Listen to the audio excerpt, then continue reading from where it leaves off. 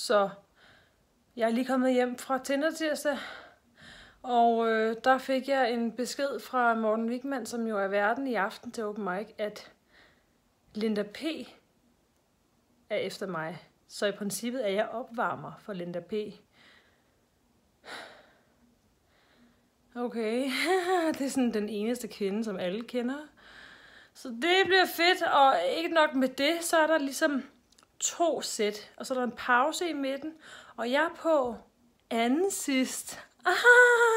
Fuck, det er fedt, mand! Undskyld, jeg bander igen.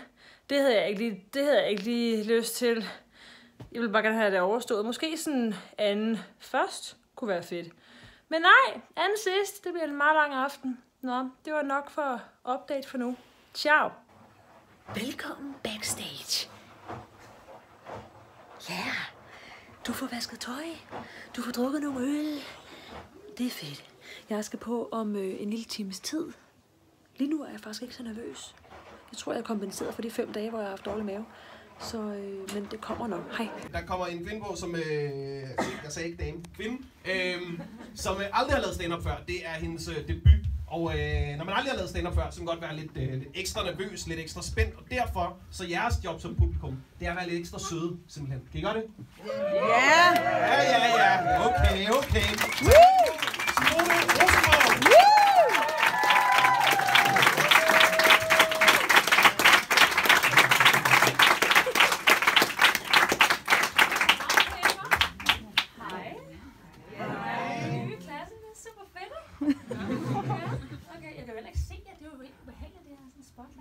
Kan I høre mig noget bag? Ja. Fedt nok. Prøv at høre, 5 minutter, det er sådan, det er meget normalt, det er jeg vant til. Det er sådan, det er hurtigt overstået, og han spørger sådan, og det er også godt for dig,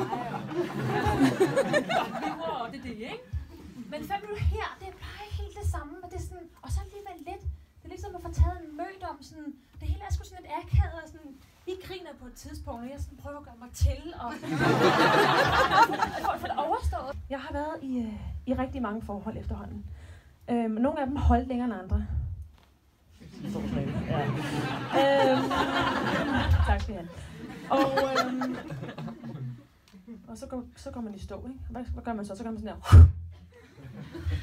Altså, jeg har 3 lange sider fyldt med...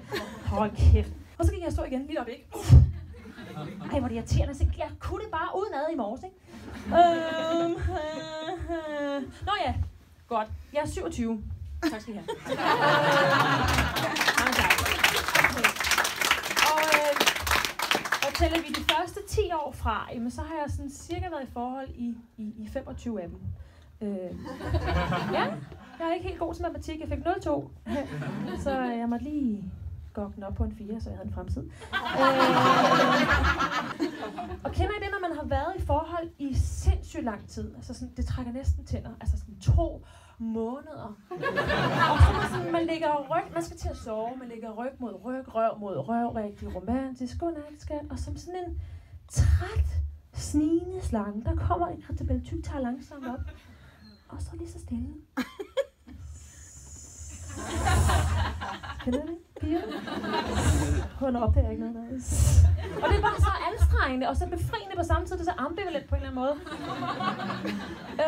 Så det er sådan, hvordan kan en køn pige som dig stadig være single? Jeg tror, det er derfor. Jeg forvandler simpelthen soveværelset til en korsetlejr, og så gasser jeg med sammen. Godnat, skat. Vi ses aldrig. Hold kæft, hvor er jeg nervøs. Vi er lige klar.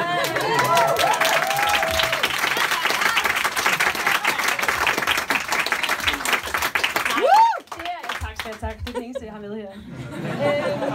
Nej, prøv at høre, jeg er radiovært. Okay, sindssygt. På Nova. Okay, sindssygt. Og så tænker man, hvorfor står du her? Altså sådan, undskyld. Fedt spørgsmål. Der er en, der spørger hernede, hvor mange ugentlige lyttere, der er en, der spørger, tak for det. 1 million! 1 million! Hvorfor, Simone? Jeg ved det ikke. For at være helt ærlig. Jeg har virkelig sådan tænkt sådan, hvorfor stå her nu foran jer? Den eneste forskel sådan, på at stå her og i et studie, det er sådan, jeg kan ikke rigtig præsentere noget, hvad sådan Pink! Eller sådan, Ariana Grande! Taler hun også sådan radio, nej, men det gør de i reklamerne, det må der rigtig mange af. Jeg må heller ikke have stramsiddende tøj på for irritabel tyktar. Jeg tror, han bliver jaloux, det er for udfordrende for ham. Han bliver i hvert fald meget irriteret. Puster sig op, rigtig macho. Og så rører der bare lort ud af munden på ham hele dagen. Altså fæses. Altså sådan, jeg fortryder hver gang. Jeg bliver sådan, klapper buksen op og render rundt. Kender I det? Det er simpelthen så ubehageligt. Altså, og jeg har brug for at tage sådan en jumpsuit på, eller sådan en one piece. Bare noget, der sidder løst. Bare løssiddende tøj. Det synes jeg er rigtig rart. Og apropos løssiddende. Min mor. Jeg var engang på ferie i Tyrkiet. Jeg ved ikke med jer, men jeg elsker de der markeder, hvor alt er lavet af børn. Ikke? Og de har sko i min størrelse. Det er pissefedt. Men jeg frygter altid det der tidspunkt, hvor jeg skal fortælle min skostørrelse til ekspedienten, som i det her tilfælde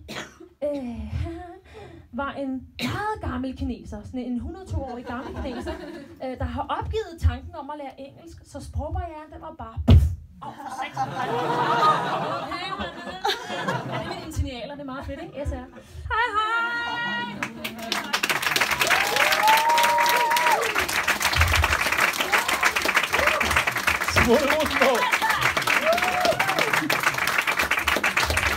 Tada! Det var min debut, som også er enormt angstprovokerende at se igen. Jeg har lige gået et par dage og kommet lidt tilbage til mig selv. Jeg var jo ikke helt normal i de der dage op til, synes jeg. Så nu har jeg lige fået lidt ro på sættet og har været sindssygt smadret. Altså som i, jeg føler, jeg har drukket i 2 uger straight. Så mange tømmermændsramte følelser har jeg haft. Forstår du, hvad jeg mener? Men det er jo en efterreaktion på, at jeg har levet på adrenalin og tanker og materialeskrivninger, og jeg ved ikke hvor meget. Men jeg er over på den anden side, og med det her vil jeg også bare sige, altså jeg forventer ikke nogen kommentarer med, ej hvor er du bare sjov og sådan noget, fordi det er jo som sagt første gang, og en debut er altid sådan lidt, det kan ikke helt altid være så godt. Men det, som jeg håber, du måske kan få ud af det, det er at blive inspireret til at gøre det, som du selv føler for. Den lille stemme indeni, som jeg har talt om et par gange. Og det behøver jo ikke at være stand-up. Det kan være hvilken som helst ting, som du har gået og tænkt på et stykke tid, men som du så ikke tør på grund af frygten. Og ja, det er angstprovokerende, og du er på dybt vand, og du er på udebane, men det er jo der, vi vokser, og det er der, vi lærer mest om os selv, og det er der, at man virkelig får et ordentligt skud selvtillid i rumpetten, og kan se tilbage og tænke, kæft, hvor var jeg sej, mand. Tænk, jeg gjorde noget, fordi jeg følte for det. Ja, og nu skal videoen selvfølgelig ikke blive for lang, så det var egentlig bare det, og jeg håber, at du følger med, og jeg ved ikke, hvor det her ender henne. Nu har jeg tænkt mig at korte mit materiale ned til 5 minutter, og ikke 11, som det tog. Jeg stod i 11 minutter, hvilket er alt for lang tid. Så nu skal jeg korte det ned, og så skal jeg ligesom tage de ting, som fungerer, måske skrive lidt om på det, og så har jeg fået blod på tanden til at tage op på scenen igen.